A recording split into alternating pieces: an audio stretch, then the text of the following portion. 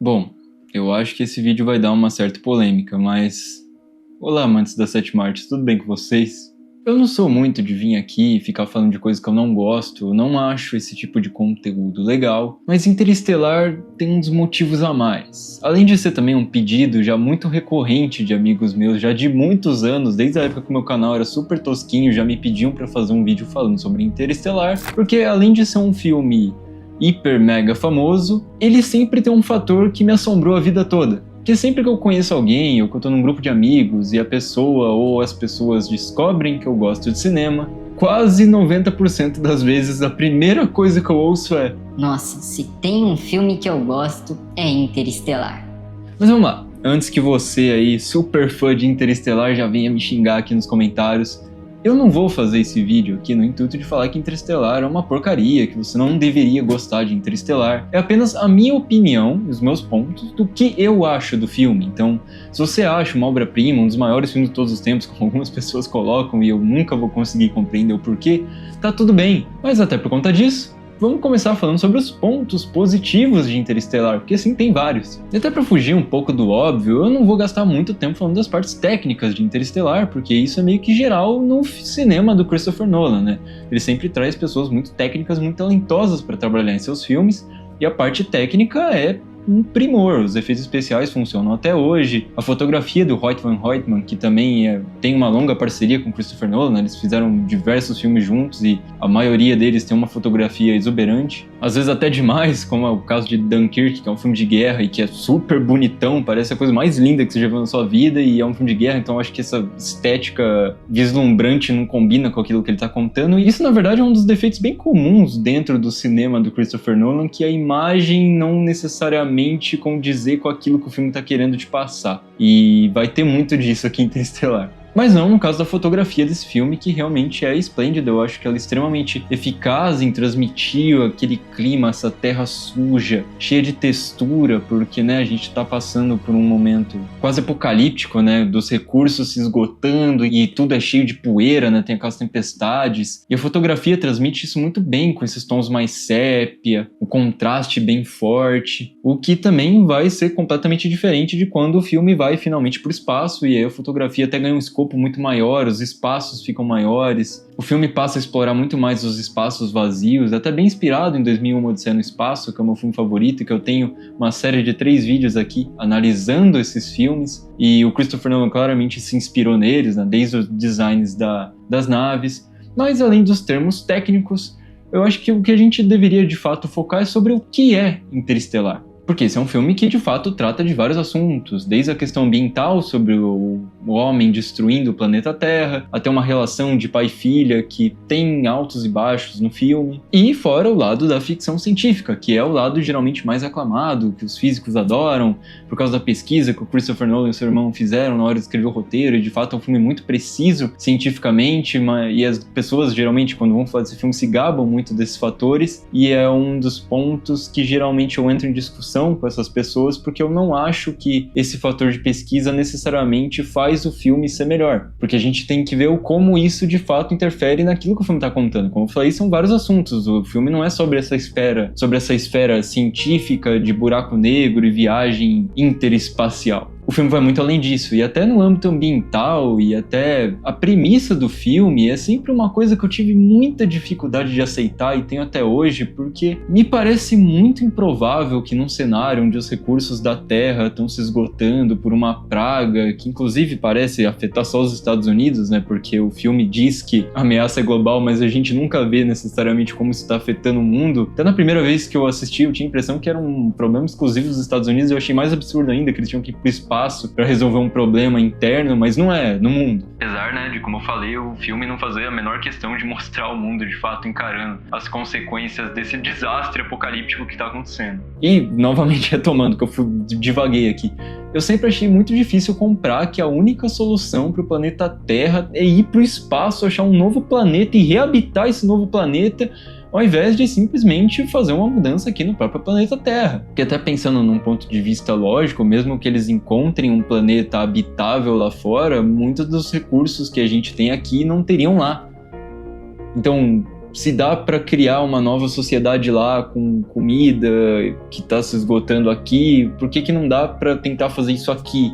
Mas como meio que essa é a premissa do filme, então para as coisas acontecerem eles precisam ir para o espaço, vamos fingir que você ignorou tudo isso. Porque na Terra a gente vai acompanhar a jornada do Cooper, que tem 2 filhos, né? A Murphy, eu até esqueci o nome do outro filho, de tão irrelevante que ele é pro narrativo. E eles são fazendeiro, apesar do Cooper ser um engenheiro. E o filme até chega a apresentar isso de uma maneira muito inteligente, porque quando o Cooper vê um drone passando, ele não hesita em passar por cima do seu milharal, que teoricamente seria o seu ganha-pão, pra ir ver o que é aquela nave, que muito mais interessa a ele do que ser um fazendeiro. E o filme vai deixando isso claro ao longo do filme, porque o Nolan tem uma mania de explicar demais as coisas. Mas passando dessa área mais introdutória do filme, eu acho que a gente chega até aqui o que é um dos pontos altos, que deveria ser um dos pontos altos, na verdade, que é a relação do Cooper com a Murphy. Então, mesmo com o grande trabalho do Matthew McConaughey e da Mackenzie Foy como Murphy e Cooper, a relação dos dois tinha tudo pra funcionar, porque é uma relação muito bonita. Você vê que ela se identifica com o pai e o filho, né, como eu falei, que até é meio esquecível, ele já quer ser fazendeiro, ele não tem grandes ambições, a Murphy já é mais estudiosa, ela se interessa por ciência, e ela tem, inclusive, alguns debates de pergunta e resposta com o Cooper que são muito interessantes, mas o problema é que esses momentos são muito curtos. E por mais que sejam tocantes e bastante convincentes, até o momento da despedida, quando o Cooper já descobre que ele tem que ir na missão e a menininha decodifica o código Morse dos livros que caem ali na prateleira dela e a mensagem stay, né, fica.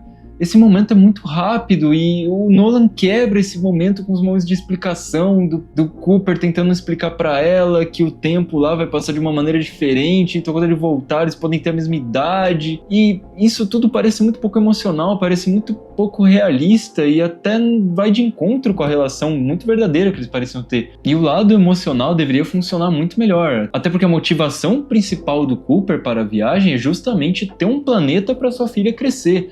E até os momentos lá que o tempo vai interferir, ele tá sempre muito apressado porque ele quer voltar logo pra filha dele. Esse é o principal objetivo dele no filme. E a cena de despedida deles passa tão rápido e é tão fria, de certa forma, que me incomoda. Por mais que tenha ainda um momento bem tocante quando ele já tá no carro e ele puxa o lençol vermelho ali que uma vez ela se escondeu, né? São toques sutis ali que o Nolan ainda consegue colocar, mas que acaba sendo pouco por causa dessa pressa dele pra ir pro espaço. E pra mim, até quando o filme de fato sai da Terra, é quando começa a maior parte dos problemas. Aí eu acho que o roteiro começa a desandar de vez. Porque até, como eu citei antes, né, o Nolan teve um trabalho de pesquisa que foi premiado, inclusive, na Academia Científica de Física por ser muito preciso em tudo, e isso é muito interessante, agrega de fato ao filme em certos pontos, mas chega a um ponto que chega a ser demais. Justamente por esse tanto de pesquisa que foi feito, o filme começa a se explicar demais, e com termos científicos muito precisos, que se você não for o Sérgio Sacani, você vai ficar boiando, sabe? Chega um ponto do filme que os personagens estão falando: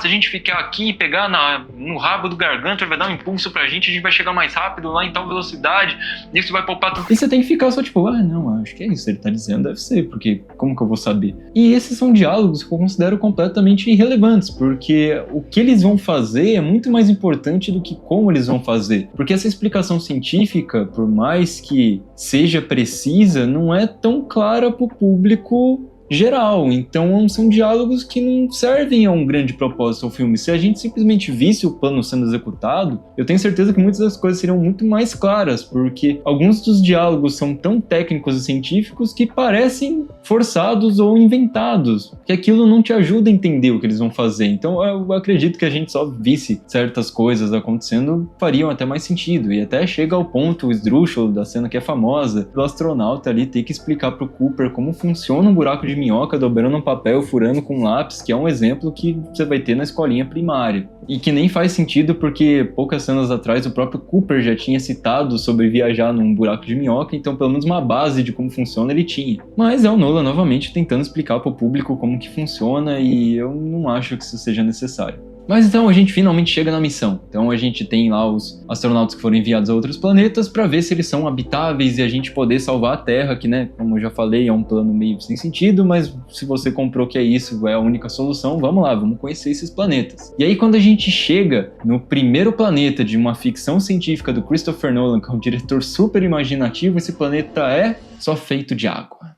E tá, tudo bem, a gente está procurando planetas que possam ser habitáveis. Então, um planeta que tenha água de fato seria um planeta talvez viável. Mas até para um filme que está sendo tão cientificamente apurado, não é um pouco estranho que um planeta que é todo de água seja tão rasinho ali para os personagens andarem? E ainda nessa cena, né, do planeta Miller, tem aquela questão que um dia na Terra é equivalente a 1,25 segundos ali no planeta Miller, então cada minuto importa tremendamente naquela viagem para a missão de retorno, né, porque se eles ficarem muito tempo naquele planeta por conta da dilatação temporal, vai passar muito tempo na Terra e talvez ela já tenha até acabado até eles voltarem, né, então tudo tem que ser muito rápido, e aquele acidente atrasa tudo. E aí tem uma das maiores fake news relacionadas ao filme de Interestelar, que é que aquelas batidinhas na trilha sonora do Hans Zimmer equivalem a um dia na Terra se passando, e não, isso não é verdade, tanto que se você reparar nos momentos de maior tensão, essa batida vai acelerando para gerar mais tensão.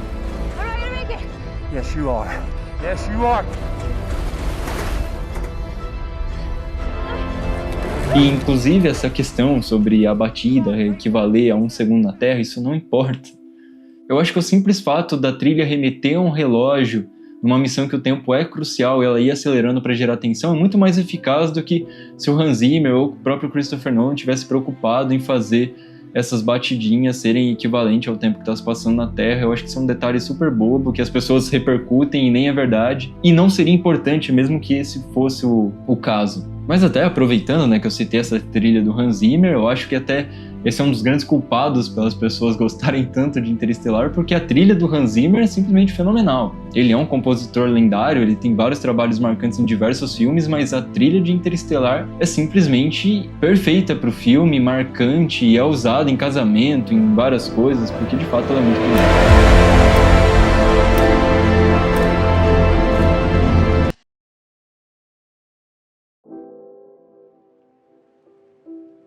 Mas vamos lá, lembra que eu brinquei aqui sobre essa falta de criatividade do Christopher Nolan, dado uma ficção científica, que ele fica muito preso às pesquisas? Quando a gente finalmente sai da missão Miller e a gente encontra o astronauta que ficou lá na nave por 23 anos, ele lembra precisamente os dias, a reação dele ao encontrar as pessoas que ele não viu há todo esse tempo é essa. Poxa, como que um cara que ficou 23 anos isolado, sozinho, numa nave super, num espaço super confinado, como é que esse cara não perdeu a cabeça, ele não ficou louco? Ele reage com tanto frio, achei que vocês não iam vir mais, pô, fiquei aqui esperando 23 anos, 8 meses... Mas aqui vou ter que abrir um novo parênteses, porque ainda dentro disso eu tenho que, pra mim, é a melhor cena do filme, e talvez seja porque eu sou um coração mole, não necessariamente por mérito do Christopher Nolan, mas como eu falei no começo, e citei muito, porque nessa missão do planeta Miller destaca muito, tempo é uma questão muito importante pro filme do Interestelar, e essa cena em que o Cooper vai assistir as mensagens dos filhos dele, e ele vê eles crescendo, e ele começa a se dar conta de quantos momentos da vida dos próprios filhos ele acabou perdendo, desde o filho ter a primeira namorada, a primeira frustração, depois se casando. E quando ele vê a Murphy, de fato, já na idade dele, eu tenho que admitir que mesmo eu que não sou um grande fã do Christopher Nolan, eu choro, que é uma beleza nessa cena. Apesar de que tudo isso vai ser arruinado lá no final, mas a gente já vai chegar lá. Até porque, como eu já falei, né, o Nolan tem uma grande dificuldade em trabalhar as emoções nos seus filmes, tanto que a gente vai ter um momento que pra mim é ridículo do filme, que é a resposta pra tudo, né, já que o filme é meio que essa grande missão que envolve tempo e amor do Cooper com a Murphy, e o Nolan tenta jogar isso na sua cara com um diálogo da Anne Hathaway ali, defendendo que o amor não é apenas um sentimento, mas uma força tangível, observável e capaz de transcender as dimensões do espaço-tempo. É isso. Superpoder do amor. Mas antes de chegar na parte final, né, que é justificada por esse diálogo bizonho aí, a gente vai conhecer mais um dos planetas habitáveis novamente, né? Vamos lembrar da criatividade do Christopher Nolan, né? A gente tá viajando no espaço em busca de planetas habitáveis. O primeiro planeta que a gente pousou era um planeta repleto de água, né, que é uma coisa já bem comum aqui no planeta Terra. E o segundo planeta, ele é repleto de gelo, que é água, só que congelada. E aí eu poderia continuar destacando vários desses pequenos probleminhas de trama, forçação, mas eu já vou direto pro final, que pra mim, o final de Interestelar é uma coisa que assim, eu não consigo entender das pessoas que gostam do filme. Eu acho o final de Interestelar uma coisa completamente indefensável, é terrível. Porque depois de todo esse filme cheio de explicações científicas e termos técnicos pra você entender tintim por tintim aquilo que tá acontecendo, a precisão do buraco negro, eles vão pra uma quarta dimensão criada por seres humanos do futuro que entenderam a necessidade necessidade daquilo pro Cooper mandar uma mensagem pra ele mesmo e pra filha dele no passado com código Morse. Tudo isso é tão incoerente com aquilo que foi construído até ali. A própria viagem no espaço, na verdade, já é sem sentido, porque a partir do momento que eles entram no buraco de minhoca, o tempo que eles levam para ir de um planeta pro outro é o mesmo tempo que eu levo para ir na padaria aqui na esquina de casa. Vira um bairro, né? A galáxia que eles invadem, é tudo pertinho. E no final mesmo, a resolução é uma questão super fantasiosa para justificar, né, lá que o amor é a única coisa que transcende o espaço-tempo, e principalmente destacando a parte científica, porque o filme tem vários erros que não fazem o menor sentido e que seriam muito minimizados se o filme não se preocupasse tanto em explicar em ter aqueles diálogos tão explicativos e técnicos que nem servem para nada. Porque eles perderam tanto tempo explicar pra mim como funciona um buraco negro, um buraco de minhoca, a estratégia que eles têm que fazer para usar o empuxo do buraco de minhoca para economizar combustível da nave. Que depois, né, como eu falei, eles acabam indo de um planeta ao outro, como se fosse eu indo na padaria aqui perto. O Cooper acha essa solução da quarta dimensão e depois ele é encontrado no espaço, né? Isso aí, quando chega mais pro final ainda, ele foi encontrado no meio do espaço. E eu já tinha forçado quando assisti Madame Teia, que ela acha o ponto lá no meio da floresta amazônica, que também é enorme, que a mãe dela passou, porque, né, é uma floresta que você já não tem referência. Imagina você chegar no ponto exato que sua mãe passou anos atrás. E nesse filme é pior ainda, no meio do espaço, no universo, os caras acharam o Cooper lá vagando e salvaram ele. E como eu falei, se ele não se preocupasse em ser tão cientificamente preciso, essas coisas poderiam passar batidos, porque é normal você ignorar isso quando você tá vendo um filme de Vingadores. Você não quer que um filme que tem um cara roxo, gigante, estalando o dedo com umas joias sumindo com metade do planeta, você não vai esperar que tenha uma lógica tão apurada quando eles vão viajar de um planeta para outro. Mas um filme que se propõe a falar de tempo, questões científicas e abandonar tudo isso no final é uma coisa que simplesmente não faz o menor sentido. E quando o filme deveria finalmente atingir o seu clímax, que é o reencontro finalmente da Murphy com o Cooper, que, como eu falei até antes, é um dos maiores acertos do filme, a relação dos dois, e poderia ser um momento super emocionante de reencontro da Clara com o ovo. Não, tô brincando. Do Cooper com a Murphy, é essa cena aí, onde ele age como desconhecido, as pessoas tratam ele como se ele não fosse nada, sendo que ele foi um dos principais responsáveis para que a Murphy chegasse à resposta que teoricamente salvou a humanidade, e as pessoas tratam ele assim como se fosse um cara qualquer chegando ali, e ela vai falecer, ela manda ele embora, e é uma cena super fria, que não tem emoção nenhuma, você fica até meio, ué, é isso mesmo? Essa é a filha dele? Não é possível que depois de tudo isso que eles passaram, essa é a reação dele. Feel anything? No. É só comparar com a própria cena da mensagem lá que eu falei que me emociona. Olha como ele reage quando ele vê a filha dele mais velha naquele ponto e como ele reage na cena final. O que aconteceu? E pra piorar, ela ainda manda ele lá ver a Anne Hathaway no outro planeta, dá pra eles ficarem juntos, então... que eu acho que foi a ideia do Christopher Nolan de tentar fechar esse arco do amor, né, dele talvez ser descobrindo o amor nessa viagem espacial, com aquela... Não, enfim, não vou nem tentar entender. Então, né... Pra fechar, eu acho sim que Interestelar tem vários pontos muito positivos, técnicos, a trilha sonora do Hans Zimmer. O filme tem boas ideias e em certos momentos consegue comover, mas quando chega no final, eu acho que tudo isso cai por terra, até a parte de pesquisa deixa de fazer o total sentido pro filme e as coisas acabam ficando bem decepcionantes. Mas, como eu falei no começo do vídeo, essa é a minha opinião sobre Interestelar, então se você pensar algo diferente, fique à vontade para deixar aqui embaixo o seu comentário e eu te vejo no próximo vídeo.